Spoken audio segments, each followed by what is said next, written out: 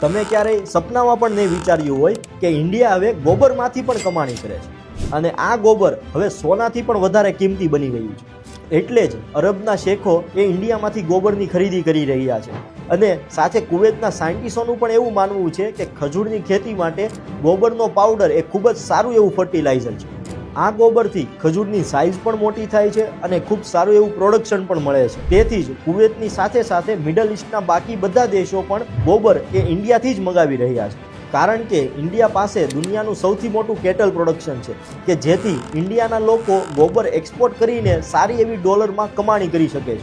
અને હવે તો ગોબરના છાણા 50 રૂપિયા પર કેજી મળે છે અને અમુક એક્સપોર્ટરો જ તે આ પ્રોડક્ટને એક્સપોર્ટ કરી રહ્યા છે અને ઇન્ડિયામાંથી ઓલરેડી 400 કરોડનું એક્સપોર્ટ થઈ ચૂક્યું છે અને ડિમાન્ડ હજી પણ હાઈ જ છે।